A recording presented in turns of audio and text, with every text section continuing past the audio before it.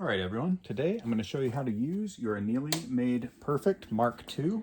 First thing you're going to do is turn it on, and then you're going to screw in the correct pilot. So screwing that in here. This is for 223 and 556. It's pilot number 3. Then you take your neat little doohickey that holds the brass, screw in the right shell plate, and then you're going to take a piece of brass. This is FC 223 or 556 brass.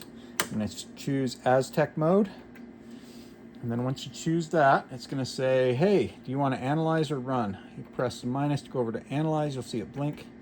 Press that there. You're going to then enter the pilot number that you have. It's pilot number 3A. So I click enter there, enter, and then start to analyze. It's going to take a couple of seconds and going to really heat it up and learn the right code. So this time it's saying 0127. I'm going to say use that code. You pull out this piece of brass, you'll see it's kind of destroyed. That's what it does to generate that Aztec code. So I'm going to set that aside. Be careful. Again, it's very, very hot. Put a new piece of brass in, stick it in, press start, and in just like 2 seconds, that piece of brass is perfectly annealed right there on the shoulder. Put it in some kind of a metal container so that you're sure it doesn't burn whatever's on there, because it's going to be very hot.